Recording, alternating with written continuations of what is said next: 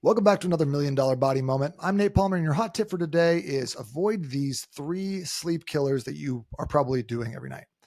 One of my clients, he's a CEO of a startup tech firm. He was told me that he was waking up every day feeling like hot garbage. He was sleeping 7 to 8 hours, but he still had low energy. He was telling me he had a ton of sugar cravings, and then he had brain fog until like 1 p.m. It's crazy.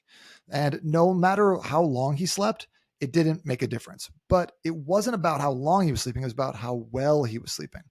So here are the biggest 3 sleep killers that you might be doing before bed every night. And here's how to fix them as well. These are the 3 things that we identified as being big problems for him. And I'll tell you what happened at the end.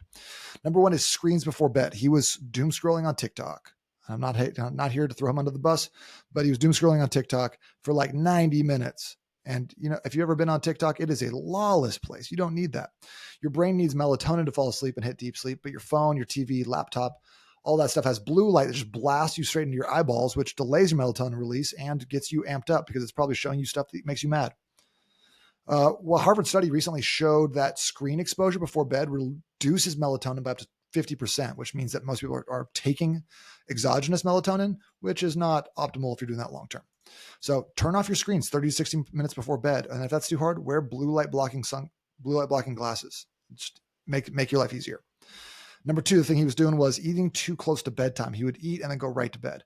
Digestion is a high energy process. It's like it's putting your body to work, essentially. If you go to bed with a full stomach, your body is digesting and working instead of repairing and rebuilding. So that means less deep sleep, less REM sleep, and more grogginess tomorrow. You will notice a big difference. If you ever track your sleep with an Oura or a Whoop, you eat right before bed, you will notice a massive decrease in your deep sleep. It's crazy. So try finishing your last meal 2 to 3 hours before bed. 3 is probably better. And then bonus points if it's high protein and some carbs and some good vegetables in there to avoid massive glucose spikes overnight. And then number 3, going to bed at different times or going to bed too late, even if you feel okay, like you could stay up. Your body wants to fall asleep usually between like 9 and 10:30, kind of depending on who you are. Nobody needs to be falling asleep at 1 a.m. If you miss that window, your cortisol will rise again like it's morning, which makes it harder to fall asleep, and it kills your sleep quality. Sleep isn't just like rest or being unconscious in bed for 8 hours. It's recovery, it's fat loss, it's hormone reset, it's mental clarity. If you treat it like a skill, it becomes an unfair advantage in your life. And if you just treat it like something that happens to you, then you're never going to get the most out of it. You're going to always wake up and want to snooze your alarm. So make sure you get to bed basically the same time every night and try to wake up similar time every morning, even on weekends. Yes, even on weekends, if at all possible. But if you can do this, you'll start seeing great results. My client started feeling a lot better, woke up with energy, and was able to just stay a lot more motivated. We were having trouble getting him to do all of his workouts because he just was tired, not motivated, not really inspired.